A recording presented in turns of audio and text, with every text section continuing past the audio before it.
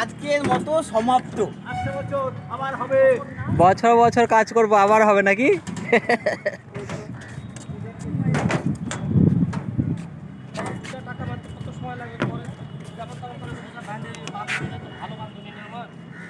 দাদা, আমার ইউটিউবের বন্ধুদেরকে একটু হাই করে দেন।